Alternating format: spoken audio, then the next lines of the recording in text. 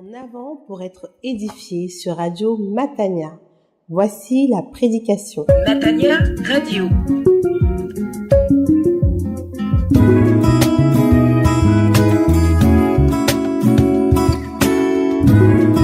Auditeurs de Radio Matania, je vous propose une prédication du pasteur Claude Missindi-Bazi qui a pour titre « Le salut pour toutes les nations » et pour texte de référence, celui du psaume 67. Voici l'élément moteur de cette prédication. Israël, comme chaque chrétien, béni par Dieu, doit être le miroir auprès duquel toutes les nations voient Dieu et glorifient son nom. Vous aurez un focus sur les caractéristiques et la définition de la bénédiction divine. Soyez bénis.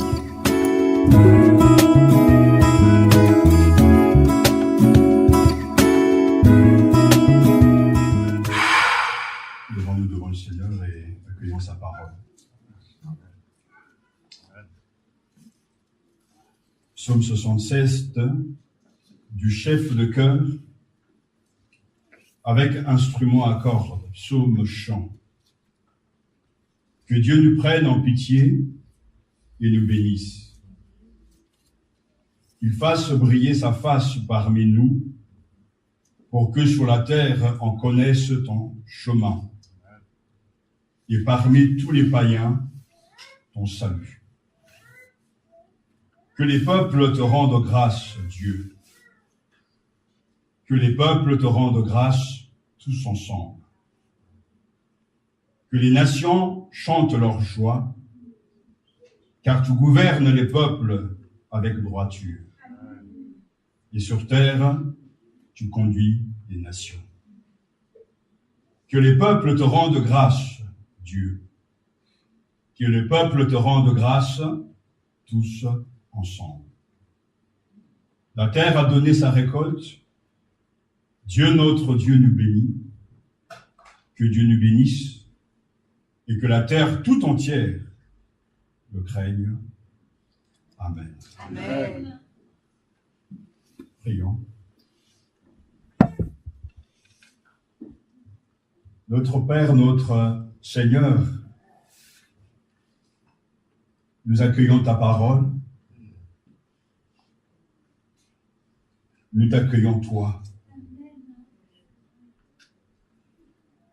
Cette parole est riche.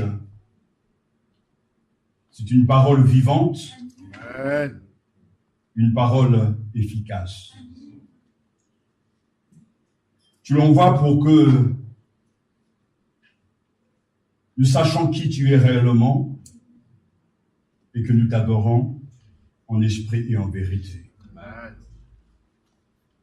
Nous voici donc devant toi. Parle à notre esprit et ouvre notre cœur à ta vérité. Nous te prions que ta bénédiction soit avec nous. Que le Saint-Esprit nous inspire et nous aide pour que ton nom soit glorifié. Nous te louons pour ce temps de louange et d'adoration et de sainte scène effectué, et nous te louons et nous t'adorons pour l'opportunité que tu nous donnes d'entendre ta parole. Amen. Gloire et louange à toi. Amen. Pour tout ce que tu fais et par ce moyen que tu vas utiliser ta parole pour bénir ton peuple. Amen. Te demandons donc ta grâce une fois de plus et la joie de te servir. Au nom de Jésus. Amen. Amen. Merci.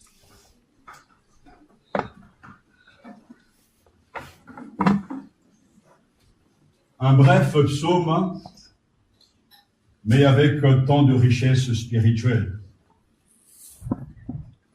Dieu est celui qui bénit toutes les nations.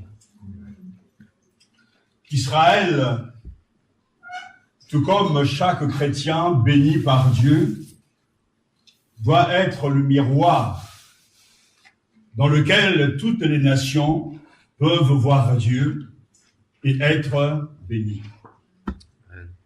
Israël, tout comme chaque chrétien, béni par Dieu, doit être le miroir dans lequel toutes les nations peuvent voir Dieu et être bénies.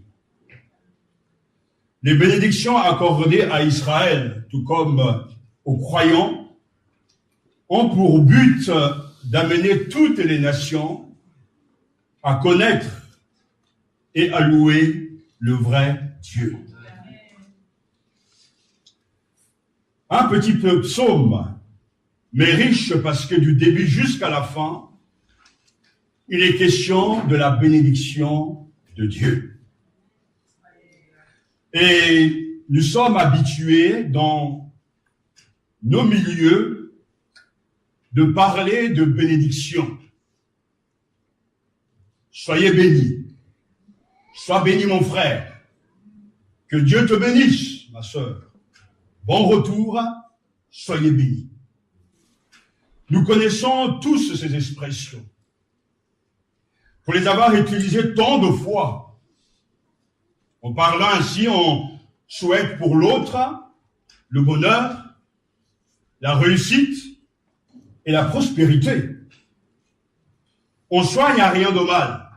C'est bien de le souhaiter, c'est bien de le vouloir. Mais que voulons-nous dire au juste lorsque l'on parle de bénédiction? Je vous invite à nous arrêter un moment pour considérer la notion de bénédiction. D'abord, la signification originale de l'hébreu beraka, bénédiction était un don ou hommage. La première bénédiction mentionnée dans la Bible est celle que Dieu adresse aux créatures de la mer et des cieux. Genèse chapitre 1, verset 22, « Croissez et multipliez-vous ». C'est par cette bénédiction universelle adressée à tout ce qui vit que le Créateur est à l'œuvre. Beaucoup plus loin dans le même livre, Genèse chapitre 1, verset 28, « Dieu bénit Adam et Ève. Dieu les bénit et Dieu leur dit, soyez féconds. Multipliez-vous, remplissez la terre et soumettez-la, dominez sur les poissons de la mer, sur les oiseaux du ciel et sur tout animal qui rampe sur la terre. » Toujours dans le même livre, Genèse chapitre 2, verset 3. Dieu bénit le 7e jour. Il fait de ce jour-là un jour qui lui est réservé. En effet, ce jour-là, Dieu s'est reposé de tout son travail de créateur. Et on le voit bien au travers de ces quelques passages que la bénédiction divine est avant tout la fécondité. Quand Dieu bénit, les choses poussent, les choses se multiplient, les choses avancent. Lorsque Dieu va bénir Noé, on le voit bien, il promet une descendance. Dieu bénit Noé et ses fils, il leur dit, ayez des enfants, devenez nombreux, remplissez la terre. Genèse chapitre 9, verset 1.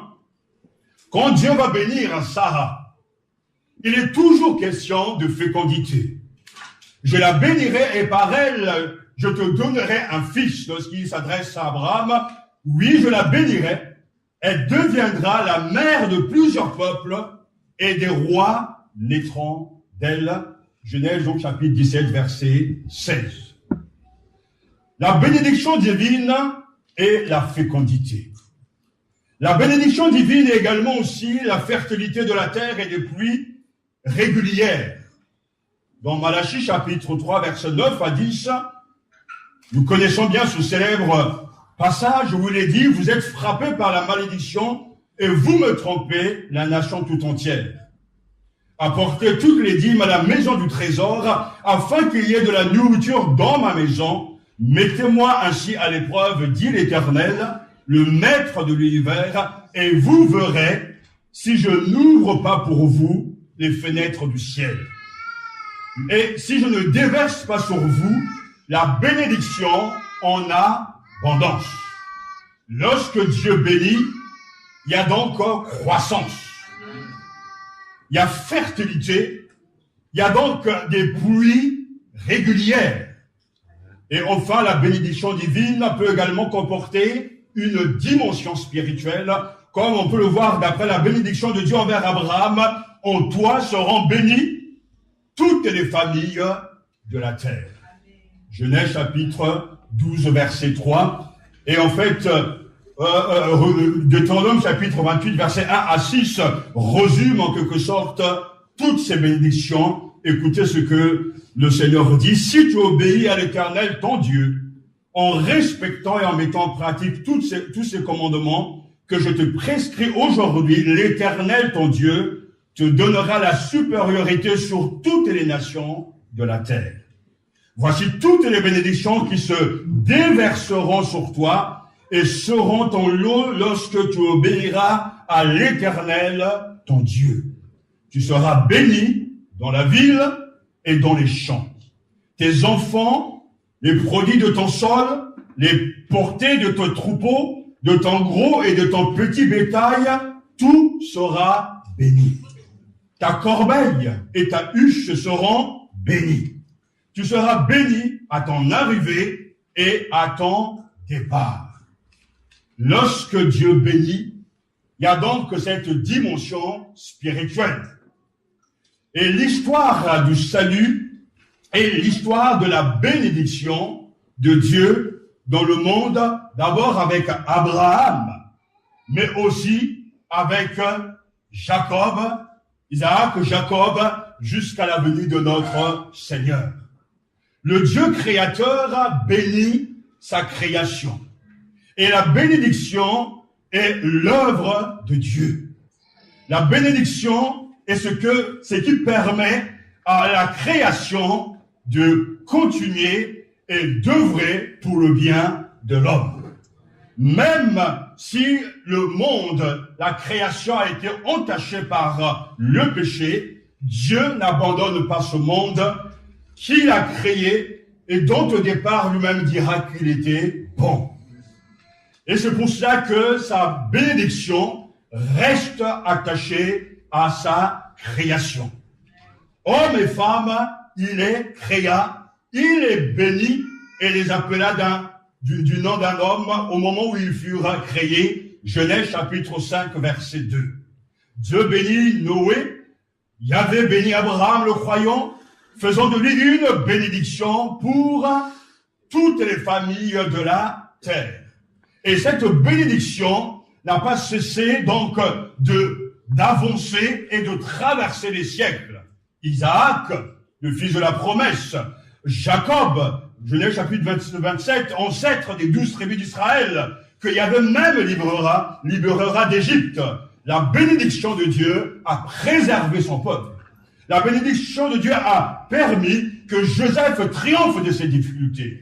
La bénédiction de Dieu a permis que Joseph trouve la faveur et en tout cas une bonne réception à l'égard du gouverneur, parce que Dieu était avec lui.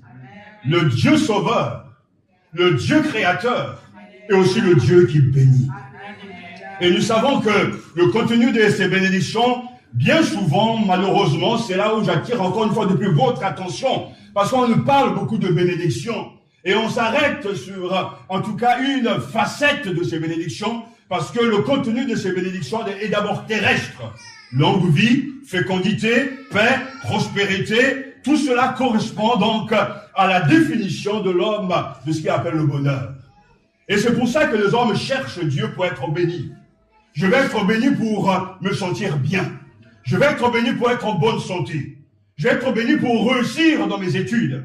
Je vais être béni pour réussir dans ma vie professionnelle. Je vais être béni pour tout simplement vivre une vie ordinaire. Alors on s'arrête par rapport à ça.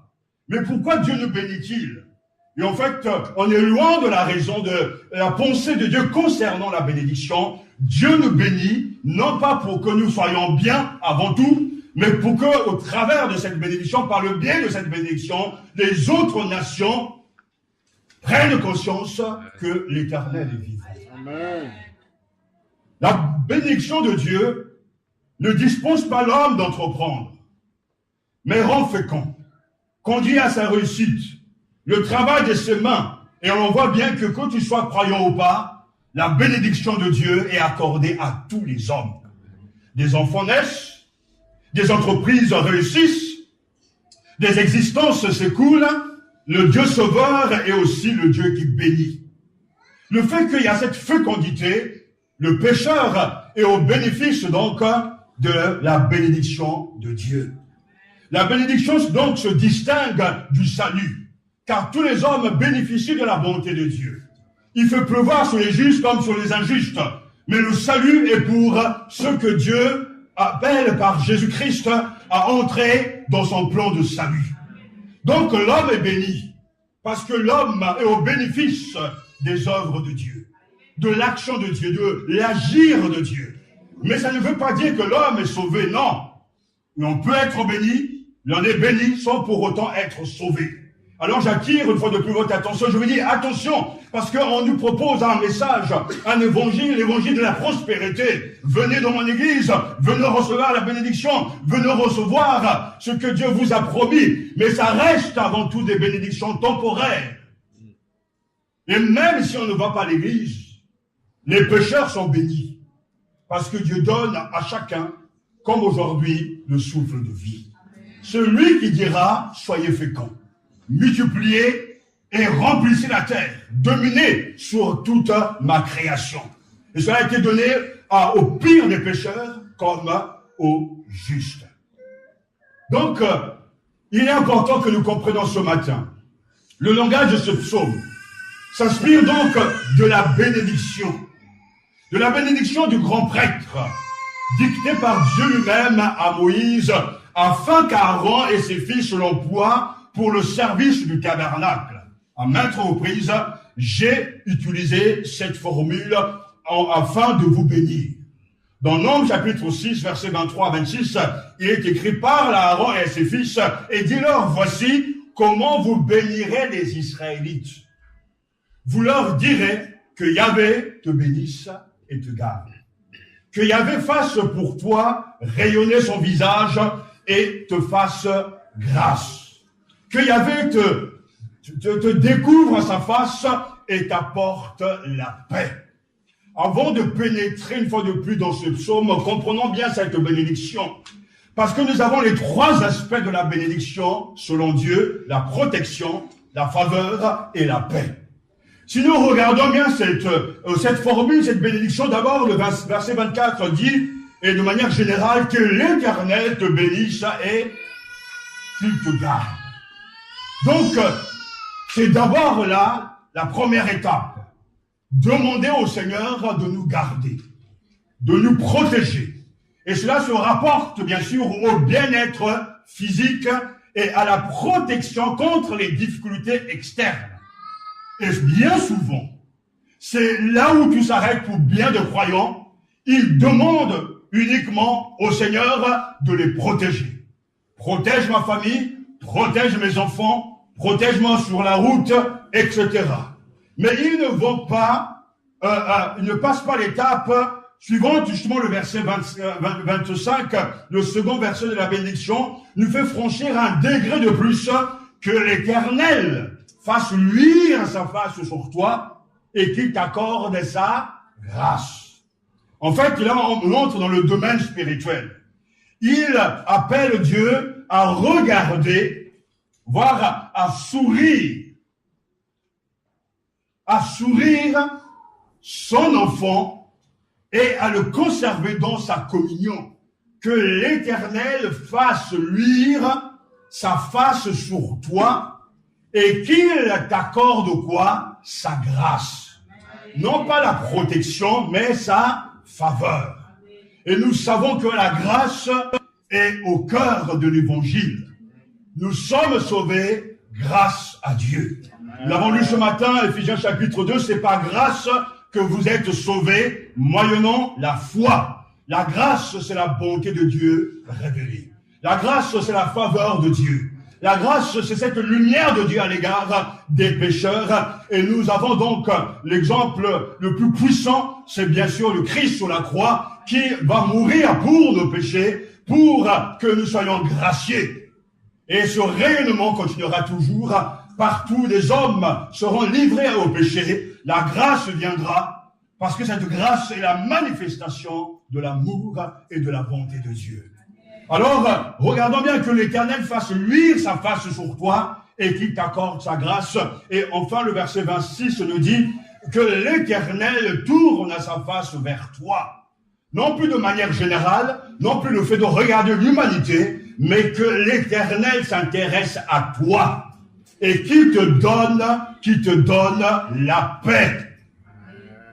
C'est pour ça qu'on voit bien que dans le contenu de la bénédiction, il y a la protection, il y a la faveur, il y a la paix.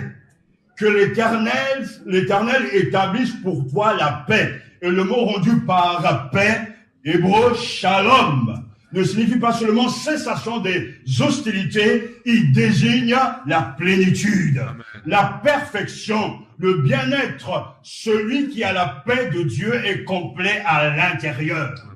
Mais je ouvre une petite parenthèse pour dire qu'il y a une différence entre le fait d'avoir la paix de Dieu et être en paix avec Dieu. Nous sommes en paix avec Dieu quand nous confessons nos péchés et que nous recevons le pardon de Dieu. Nous sommes en paix avec Dieu. Mais la paix de Dieu nous est donnée par la puissance du Saint-Esprit qui habite en nous. Ce bonheur et cette harmonie que Dieu désire offrir, c'est là aussi donc une conséquence de la bénédiction de Dieu. Un homme béni par Dieu est en paix. Il est en paix avec Dieu, mais il est en paix au-dedans de lui. Et Paul nous pourra nous en parler largement. La paix de Dieu sera comme un arbitre au-dedans de nous et nous n'aurons pas besoin de nous soucier de quoi que ce soit, puisque cette paix nous gardera attachés à Jésus-Christ. Que l'Éternel te donne un développement complet et harmonieux.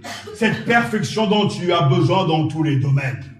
C'est pour cela que le psalmiste nous dit bien du chef de cœur que Dieu nous prenne en pitié et nous bénisse.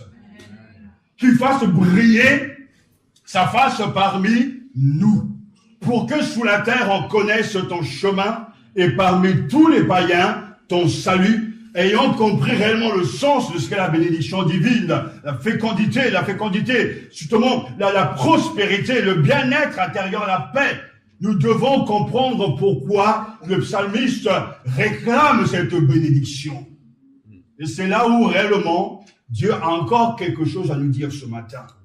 Parce qu'on trouve également dans ce psaume, ces deux versets, que les peuples te louent, Dieu, que tous les peuples te louent. Que les peuples te louent, Dieu, que tout le peuple te loue, versets 3 et 5. Et ces répétitions, justement, de mots créent une sorte d'allégresse dans le vocabulaire lui-même. Une fois de plus, le peuple de Dieu, Israël, est conscient des privilèges que Dieu lui a accordés. Et pourtant,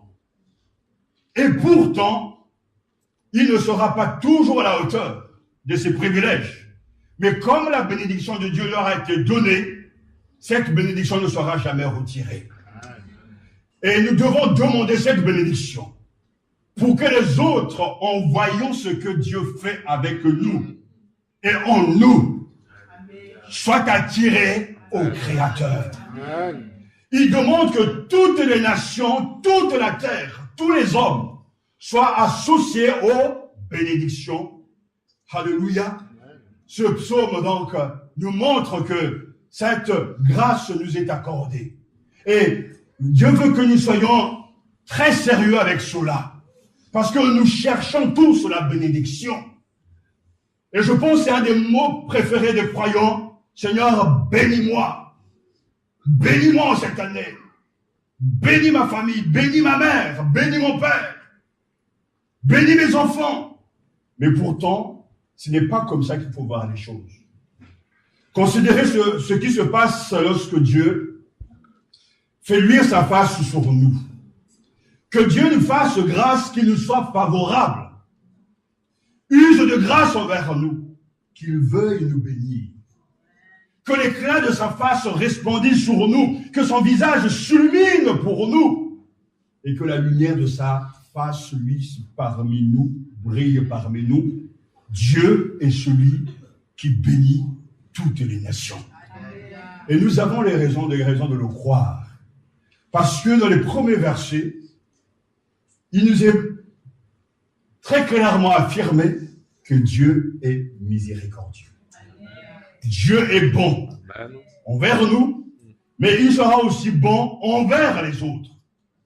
Parce que cette bénédiction qu'il nous accorde sera l'occasion pour les autres de voir le visage de Dieu.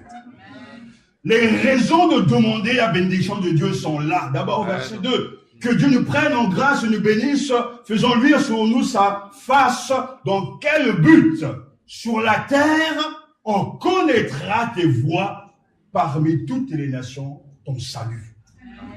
Israël, tout comme chaque chrétien béni par Dieu, doit être le miroir dans lequel toutes les nations peuvent voir Dieu et être bénies.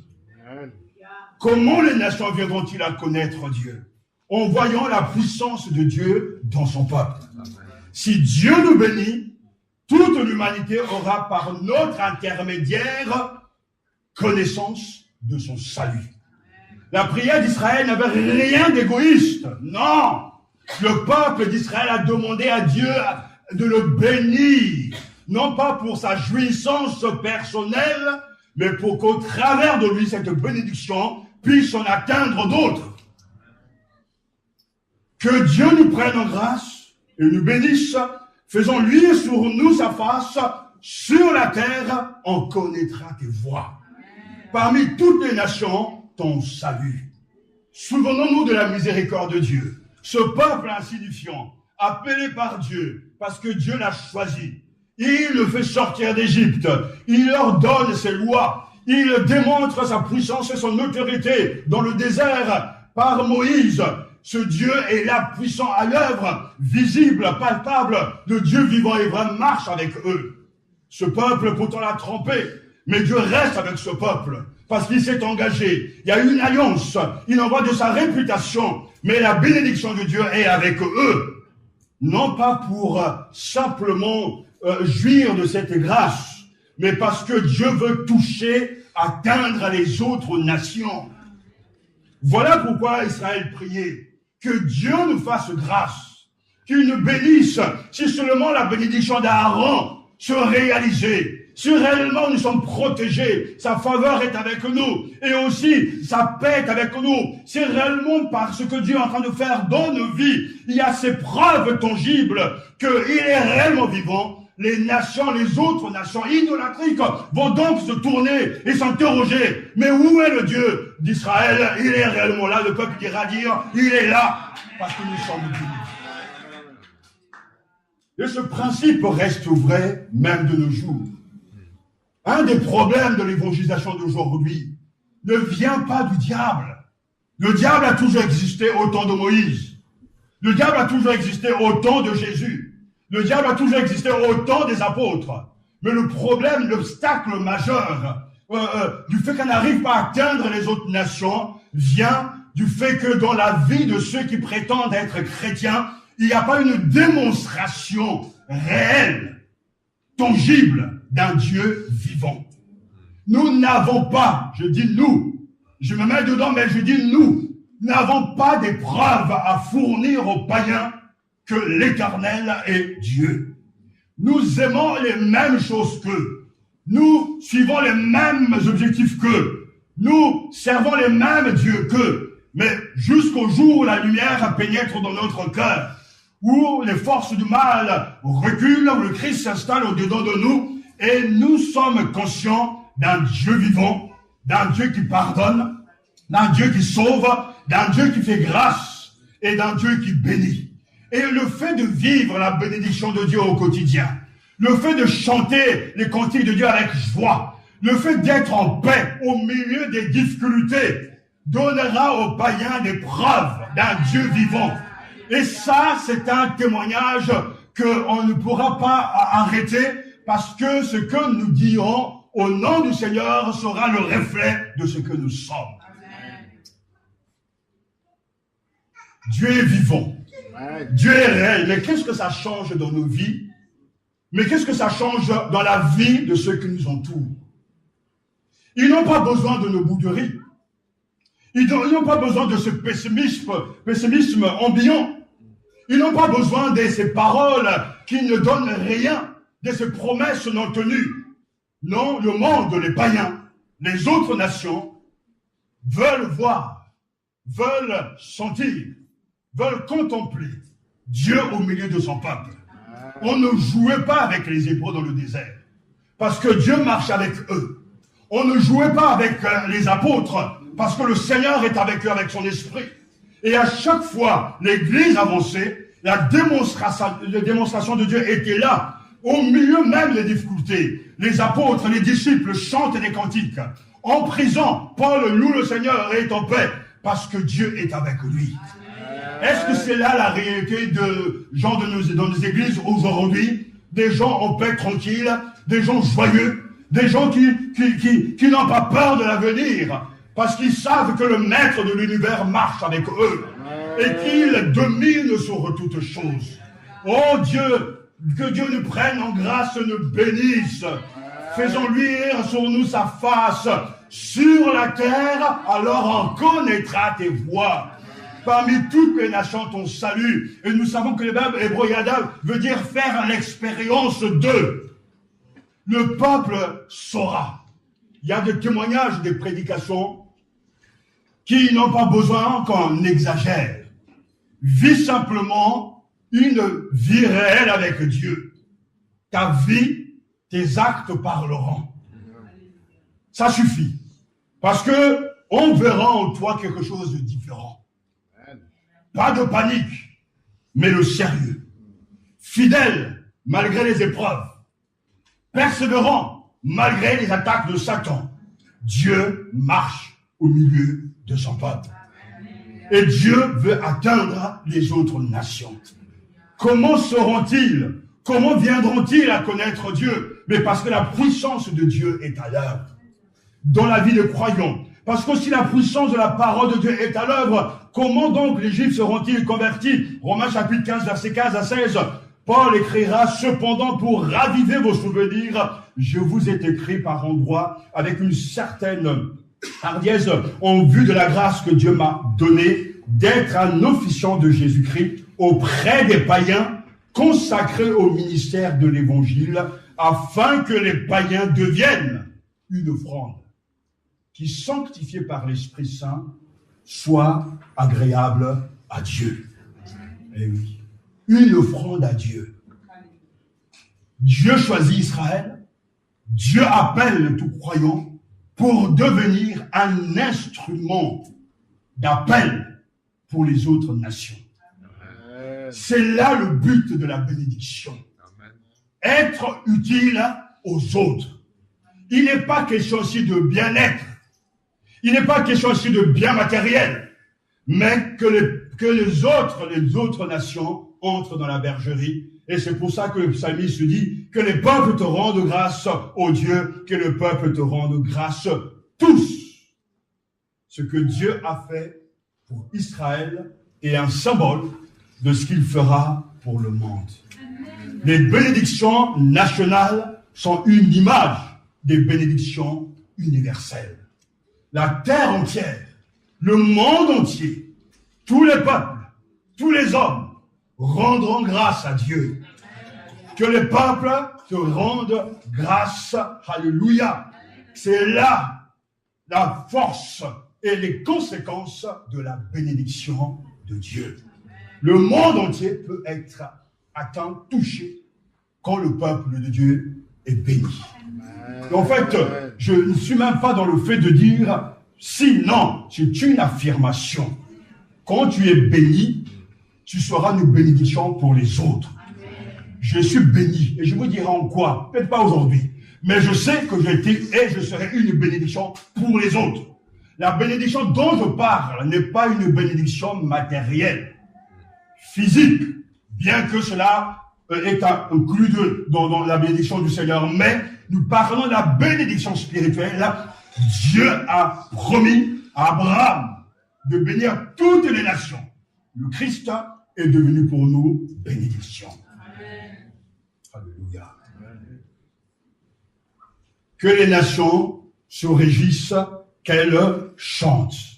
Il y a un passage important justement qui nous montre bien que en Abraham, toutes les familles seront bénies. Mais également aussi, Galates nous dit que justement, même pour ceux qui croient en Dieu, nous serons aussi bénis. Alléluia. Grâce à la bénédiction d'Abraham. Est-ce que vous imaginez ces chants? Toutes ces nations se réjouissent. Elles chantent à cause de la bénédiction de Dieu. Ce psaume a une portée missionnaire.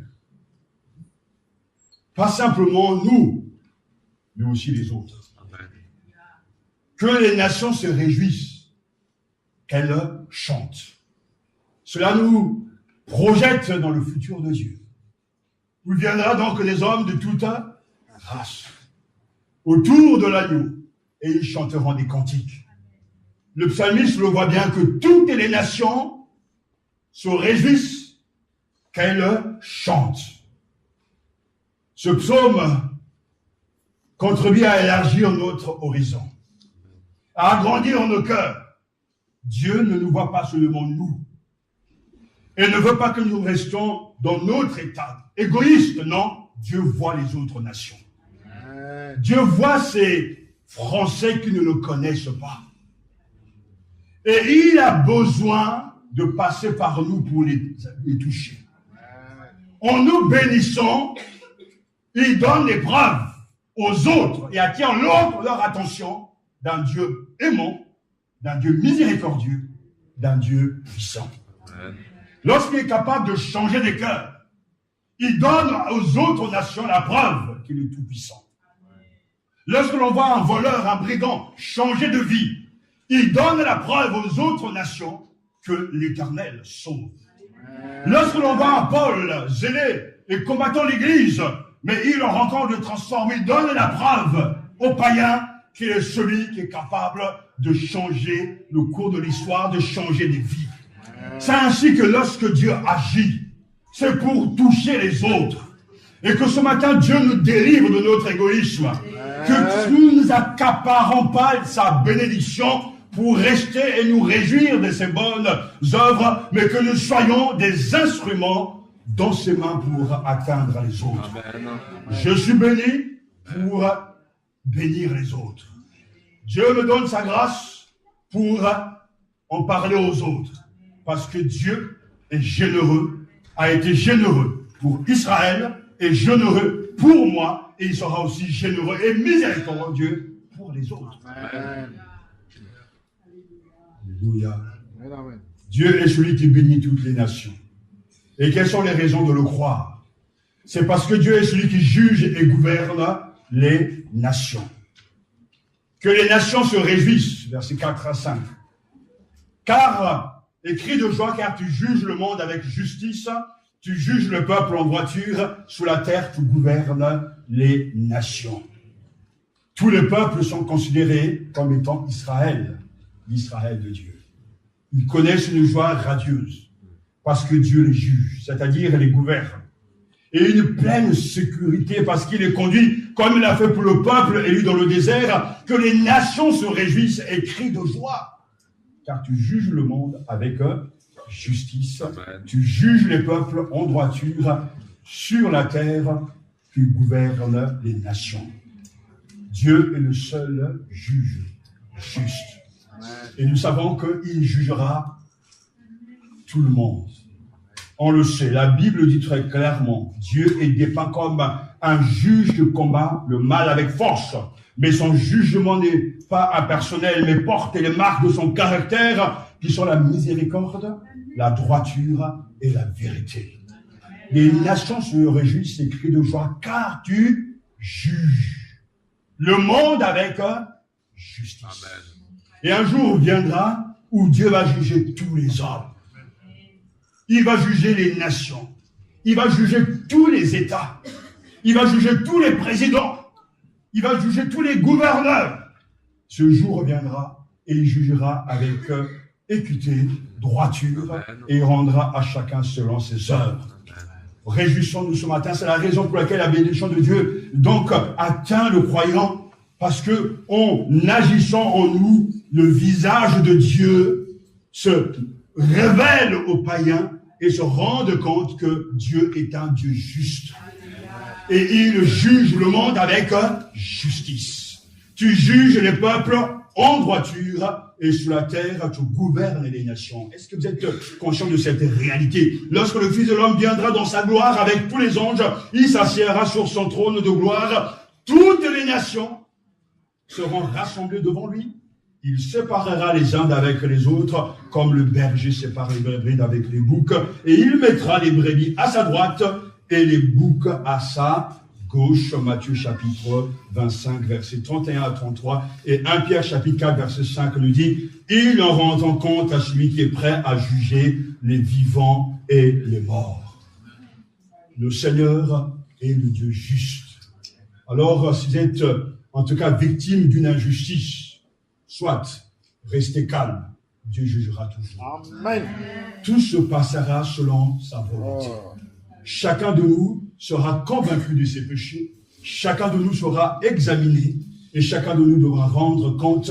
Et c'est pour ça que ça a été le message des apôtres, parce qu'il a fixé un jour où il va juger le monde selon sa justice, par un homme qu'il a désigné, et il en a donné à tous une preuve digne de foi, en le ressuscitant d'entre les morts.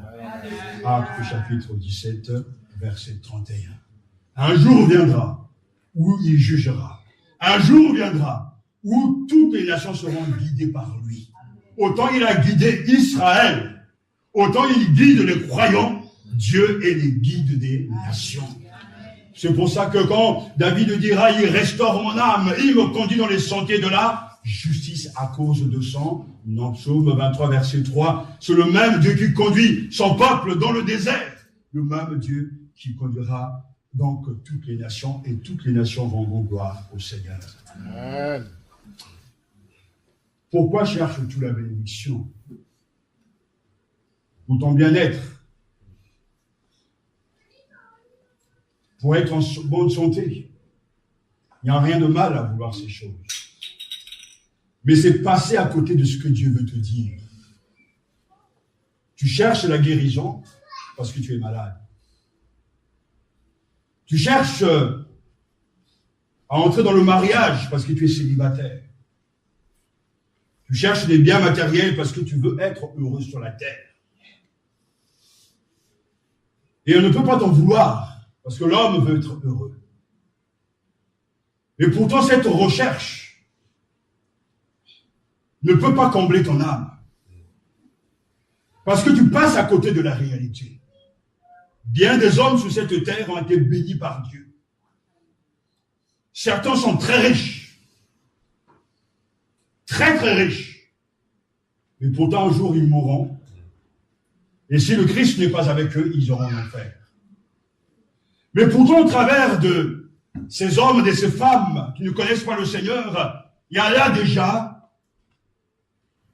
un reflet de la bonté de Dieu. Vraiment, Dieu est bon. Amen. Il est très bon. Parce que même ceux qui se moquent de lui, même ceux qui jettent des bombes dans les églises, il les attend et leur souvent leur témoin de l'amour. Et j'ai toujours constaté que des hommes mauvais durent sur la terre. Ils ont fait des choses incroyables. Des méchancetés ne peuvent en finir. Mais ils vieillissent bien. On entend qu'il est mort à 90 ans, 95 ans. Alors que bien souvent le juste part très vite. Dieu a ses raisons. La grâce de Dieu permet que l'homme reste autant de temps sur la terre pour changer de vie. Il nous fait grâce parce qu'il est miséricordieux.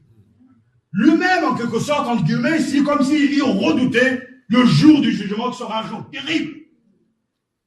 Mais à cause de son amour, il laisse faire les choses. des dirigeants, des politiques détruisent des vies des nations. Sont piffres de ça et là. Ils prennent tout, vendent le pays. Ils sont riches, archi-riches. On ne peut en finir. Mais leur conscience ne travaille pas. Dieu reste toujours sur le trône et il les laisse faire. Et le païen dit, mais où est Dieu? Comme un certain président du Togo, si Dieu est contre moi, qu'il m'arrête. Et ça durait des années. Mais Dieu pourtant était là. Mais il laisse faire. Attendons qu'à un moment donné, l'homme arrête de faire du mal aux autres. Mais nous voyons que Dieu est tellement bon et que sa bénédiction, il n'est pas une bénédiction, je dirais, qui concerne seulement une partie de l'humanité. Non, la bénédiction de Dieu est venue sur tous les hommes. Et même le méchant dans sa colère est toujours sous la coupole de la bénédiction de Dieu. Alors, imaginons justement la conséquence du refus de Dieu. Parce qu'il a préparé un jour où il doit juger le monde. Dieu nous aime tellement, mais si on refuse d'être avec lui, de le servir, nous devrons rendre des comptes.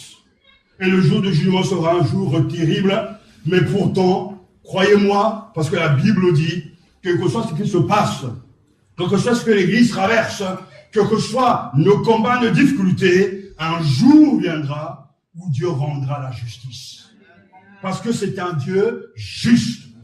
Toutes les nations viendront rendre gloire à Dieu. Dieu a guidé son peuple et il le guide également.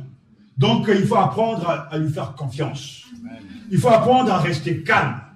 Il faut apprendre à nous reposer en lui. Parce que le Seigneur guide les nations comme il guide l'Israélite. Il est le maître des nations, le maître de l'univers. Et il se glorifiera. Amen. Que les nations se réjouissent, qu'elles chantent. Oui, nous dit justement les versets 4 à 6, que nous venons d'entendre, que le peuple te loue, Dieu, que tout le peuple te loue, que le peuple te loue, Dieu, que tout le peuple te loue. Et nous avons là la raison de rechercher la bénédiction de Dieu. Que d'autres gens parviennent à la connaissance de Dieu n'est pas suffisant. Car pourquoi voulons-nous qu'ils connaissent Dieu? Pourquoi voulons-nous qu'ils connaissent Dieu? Pour qu'ils soient heureux? Pour qu'ils aient des biens matériels, des biens temporaires? Pour que leurs besoins soient satisfaits? Non, la raison qui doit motiver le croyant, le chrétien choisi par Dieu, à chercher la bénédiction de Dieu et cacher là. Seigneur, ouvre les yeux de tes enfants ce matin. Le but, l'unique but de rechercher la bénédiction de Dieu, c'est afin de sauver des païens pour qu'ils soient des adorateurs. Amen. C'est le but ultime du salut des nations, qui est de les amener à louer et à adorer Dieu. Si nous désirons leur salut, si tu veux que tes enfants soient sauvés, ce n'est pas pour que tu sois content. Si tu veux que dans ta maison, ton époux, ton mari soit sauvé, ce n'est pas pour que tu sois heureux et que tu sois en paix, non. L'unique but du salut des membres de ta famille non convertis, c'est de les amener à connaître Dieu pour qu'ils soient des adorateurs. Amen.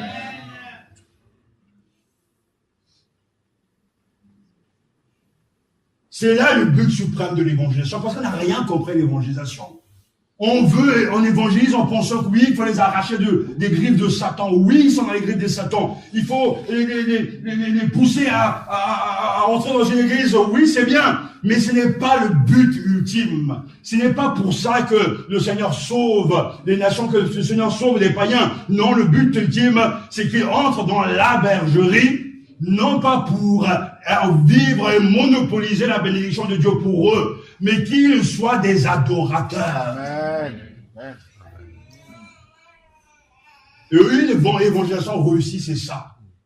Des disciples formés par Dieu, c'est ça. C'est pour ça que c'est dans notre cœur depuis longtemps, des années. Nous nous battons pour que l'adoration, la louange soit au cœur de tout. Mais la louange, l'adoration est le résultat d'un processus continu. Dieu appelle, Dieu sauve, il bénit Et en nous bénissant, nous le bénissons. Amen. Et je n'ai pas l'impression d'être béni vraiment. Amen, amen. Et tant que les croyants ne deviendront pas des vrais adorateurs, notre tâche ne sera jamais achevée. Évangéliser, amener quelqu'un au salut, je l'ai fait, maintes reprises par la grâce de Dieu. Mais je bénis Dieu parce que je peux pousser aujourd'hui, former les croyants à devenir des adorateurs. C'est la raison d'être de l'évangélisation. Et c'est pour ça que Dieu bénit l'Église. Parce que c'est là qu'il attire les païens. C'est par ça qu'il attire les païens. Et c'est pour ça qu'il dit, mais la carte de Nord te louera, que les peuples te louent. Dieu, que tous les peuples te louent. Et tout à l'heure, j'étais vraiment appelé quand notre frère et ami nous a dirigé dans ce chant, justement, viens adorer peuple racheté. Toutes les nations, venez louer, venez l'adorer. Pourquoi tu veux que tu vas être béni? Je te pose la question, parce que c'est une bonne question. Pourquoi tu cours ça et là pour chercher la bénédiction chez tel prédicateur, soit disant qu'à l'onction de Dieu, bien que ce soit complètement hérétique? Pourquoi tu veux venir à Dieu? Tu as des problèmes? Bah oui, c'est pour ça que tu dois venir à Dieu. Mais pourquoi? Pour quelle raison? Pour trouver Dieu? Oui.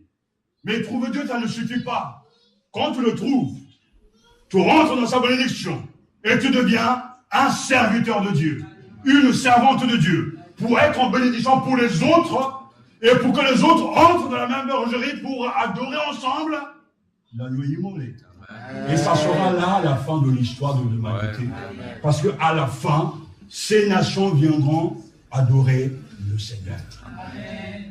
Je vous encourage à cet esprit missionnaire. Et dorénavant, quand vous allez évangéliser, ne parlez pas, ne dites rien si vous n'avez pas du concret.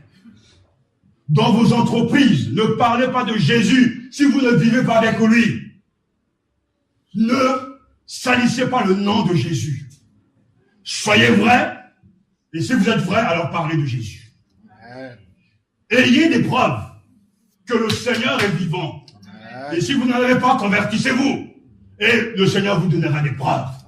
Je peux me lever devant vous avec beaucoup d'humilité et dire, j'ai des preuves que celui pour qui je prêche, celui pour qui je parle, m'a réellement aimé, et même, et m'a secouru, et j'ai des preuves.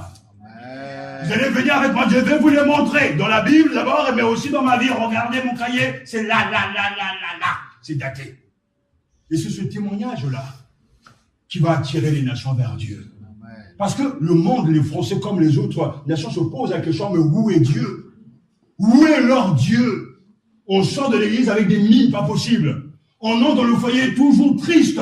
Jamais confiant, le courrier arrive avec des mauvaises nouvelles, les gens sont complètement cachés. Et certains carrément disent, voilà, puisque je fais des problèmes, pourquoi aller à l'église? Si j'ai tellement de problèmes, pourquoi aller prier? Les gens sont infidèles à tout et pour tout. Mais c'est parce qu'ils n'ont pas la démonstration d'un Dieu vivant et vrai. Quand Dieu a béni Israël, est-ce que ce sont des bénédictions invisibles? Non, c'était des bénédictions visibles. Amen.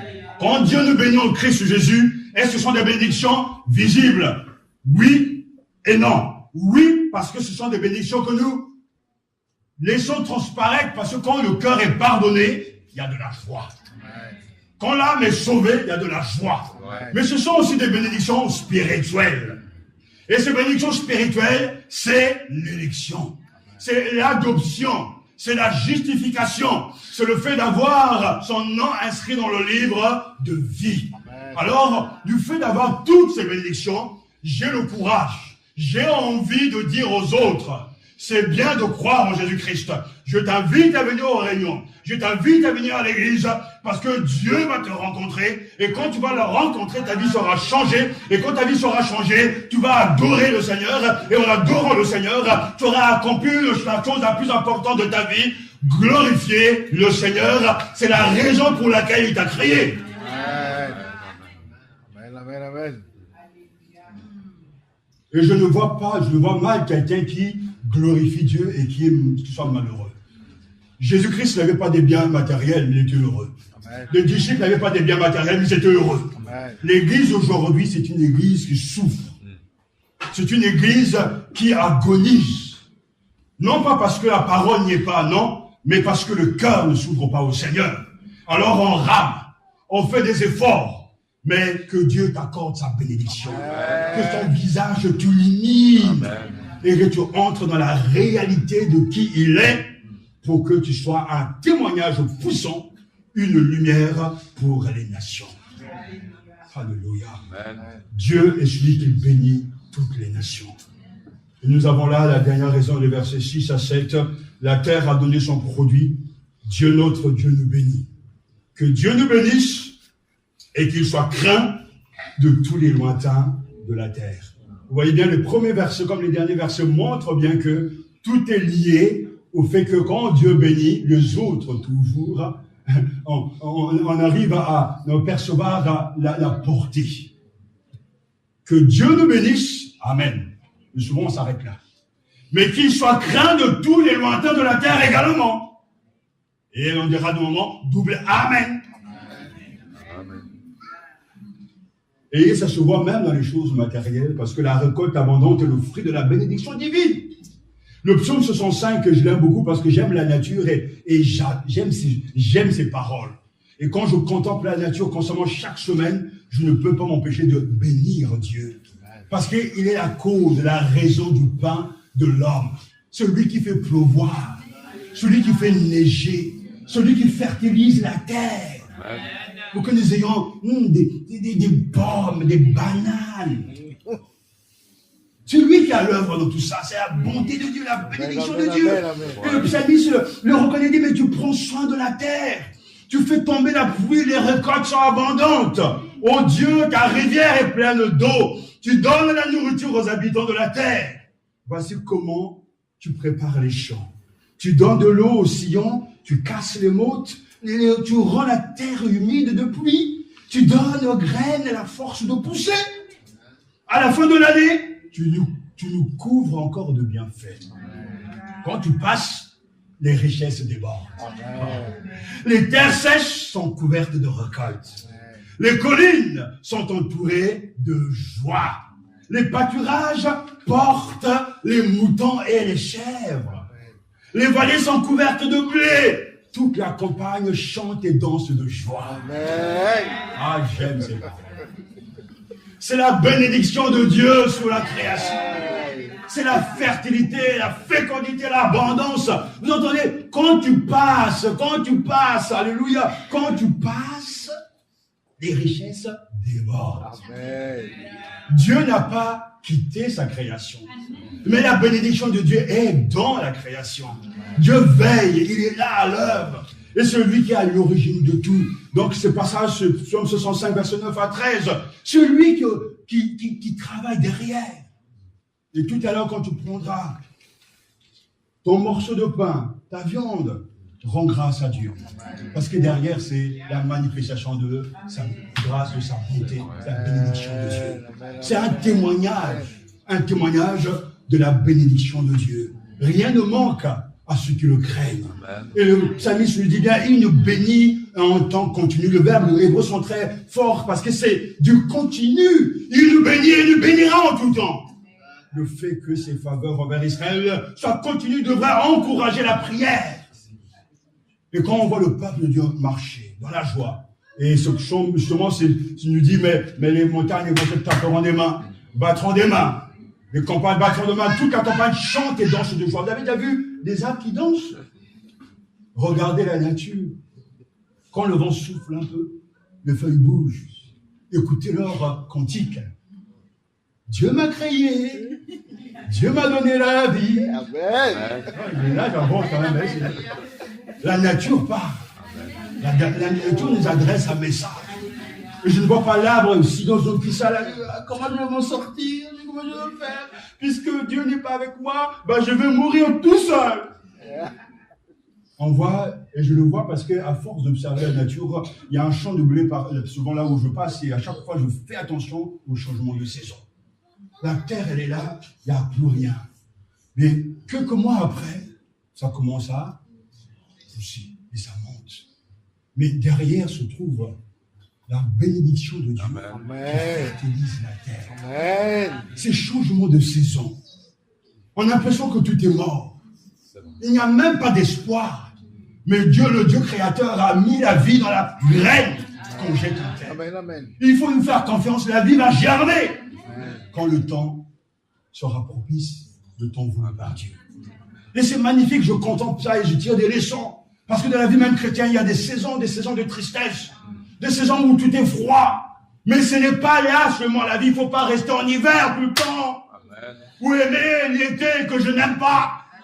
Mais il faut apprécier le printemps et l'automne aussi. Et ces saisons font le bien de l'être humain. Amen. On a besoin de pluie, on a besoin de soleil, on a besoin de neige. Tout est bon pour le bien-être de l'homme parce que c'est Dieu qui les a créés. Alléluia.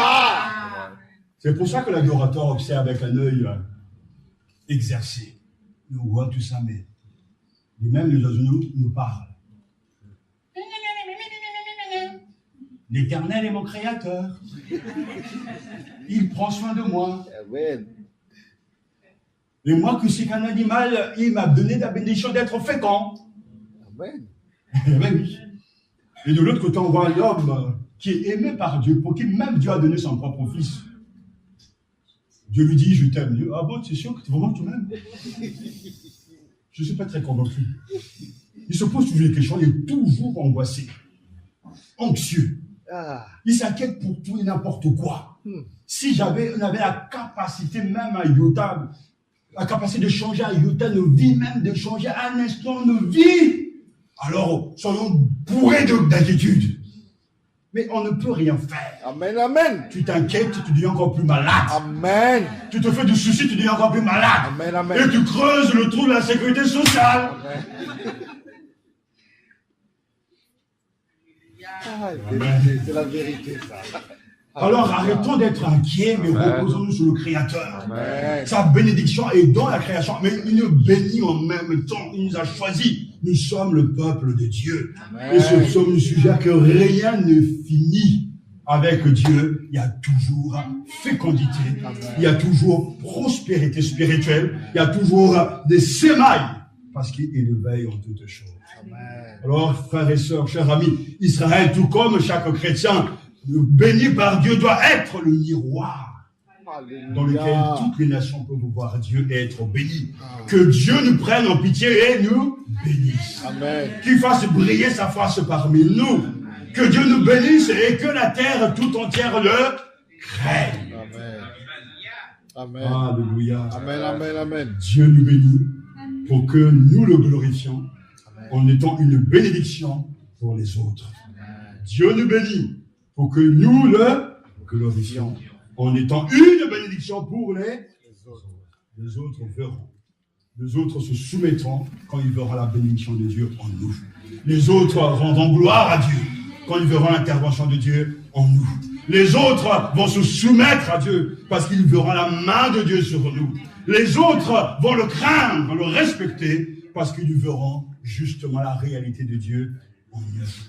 Oui, que l'Éternel vous bénisse. Amen. Que le Seigneur fasse luire sa face sur toi, mon frère, toi, mon soeur, toi, mon petit, toi, le grand, toi, ma soeur. Que le Seigneur illumine le visage de sa face. Recevez son sourire. Amen. Et soyez dans la joie, dans la paix. Amen. Au nom de Jésus-Christ, rendons le gloire à cet instant. Alléluia. Alléluia. Prions le Seigneur.